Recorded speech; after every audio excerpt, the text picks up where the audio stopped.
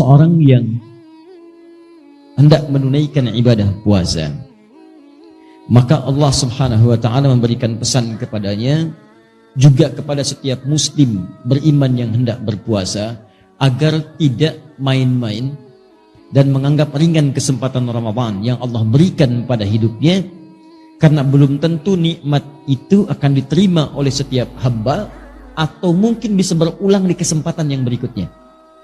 Tidak setiap orang bisa mendapatkan nikmat Ramadan, dan tidak setiap yang telah mendapatinya akan mengulangi di masa yang akan datang. Karena itu para sahabat Nabi SAW, begitu selesai kemudian mendapati Ramadan, maka banyak di antara mereka bahkan di penghujung Ramadan itu mengalirkan air matanya. Mereka menangis, berharap, ya Allah, kalau bisa jangan berhenti ya Allah, besok Ramadan lagi, lusa Ramadan lagi, pekan depan Ramadan lagi, kalau perlu setiap hari Ramadan ya Allah. Saking inginnya semua waktu itu Ramadan, dan kita diberikan kesempatannya, dan mereka tahu belum tentu tahun depan bisa berjumpa. Karena itu semua bermujahadah ketika akan tiba Ramadan.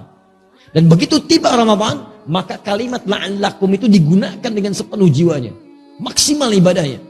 Kata Ibnu Abbas radhiyallahu ta'ala anhuma, saya belum pernah melihat Rasulullah semulia ini dalam ibadahnya, selembut ini dalam sedekahnya, sebanyak ini dalam pemberiannya, kecuali saat Ramadan. Sampai angin yang berhembus sepoi-sepoi pun itu kalah amalannya oleh Nabi. Nah itu lembutnya angin itu kalah oleh lembutnya Nabi saat beraktivitas di bulan Ramadan. Lembut menghadapi orang-orang, sedekahnya bertambah, ibadahnya bertambah, interaksi dengan Qur'annya dan sebagainya. Dan orang-orang yang bukan Nabi, karena melihat Nabinya serius, mereka lebih serius lagi.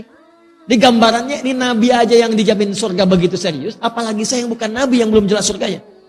Maka kata Allah, seakan-akan dihadapkan kita di hadapan Allah untuk menumbuhkan kesungguhan kita dan menunjukkan bahwa Allah serius dengan itu. Kata Allah, kamu di hadapan kita, bukan orang lain. Ini bukan orang yang disebut, maaf, bukan orang yang di zaman Nabi, bukan orang di masa sahabat, bukan orang di masa tabi'in. Tapi kata Allah, la'allakum, kumnya masih ada di depan kita. Tatakun, kamu, tanpa batas. Kata Allah, kamu mesti serius ya, karena saya pengen kamu bertakwa. Kamu mesti berubah, kamu mesti jadi hamba yang taat. Mesti ada perbedaan ketika kamu lahir dengan kamu pulang. Saya ingin tingkatkan takwa kamu. Kalau anda hafal Quran, demi Allah saya katakan, begitu disebut takwa, itu bisa berlinang air mata anda. Karena ayat takwa selalu terkait dengan nilai kebaikan. Ketika Allah sebutkan takwa, maka Allah ingin tanamkan kebahagiaan. Kamu tingkatkan takwa supaya bahagia. Jadi ketika anda dilatih takwa saat Ramadan, la'allakum tattaqun, supaya kamu takwa. Anda tanya, kenapa ya Allah? Kata Allah, saya pengen kamu bahagia. Ayo takwa. Wa may yattaqillaha yaj'al lahu makhraja wa yarzuqhu min haitsu la yahtasib. Ketika takwa meningkat kepada Allah, kata Allah, maka aku mudahkan hidupmu. Aku berikan solusi, aku limpahkan rezeki kepadamu. Makanya ketika Allah katakan la'allakum tattaqun, ayo serius supaya hidup kamu mudah. Ayo serius supaya rezeki kamu berlimpah.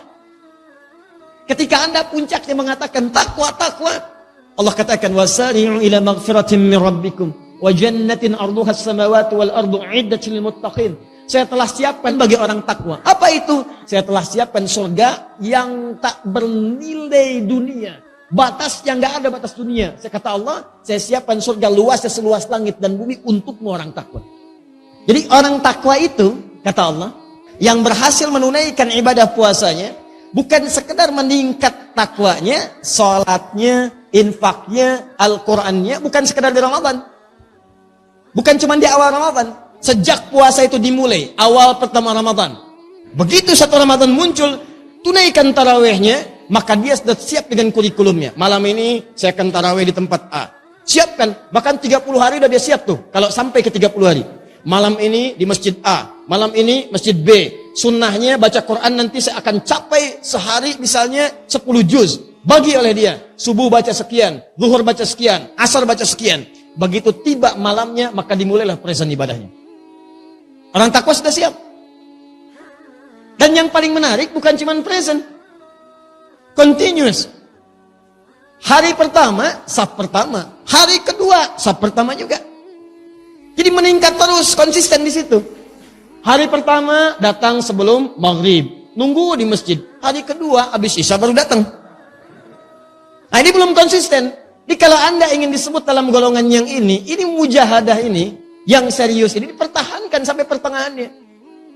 Masya Allah, hari pertama, saf depan. Hari kedua, saf depan. Hari ketiga, saf depan. Hari keempat, saf depan. Hari kelima, saf depan. Sampai hari terakhir, saf depan. Nah, itu yang terbaik.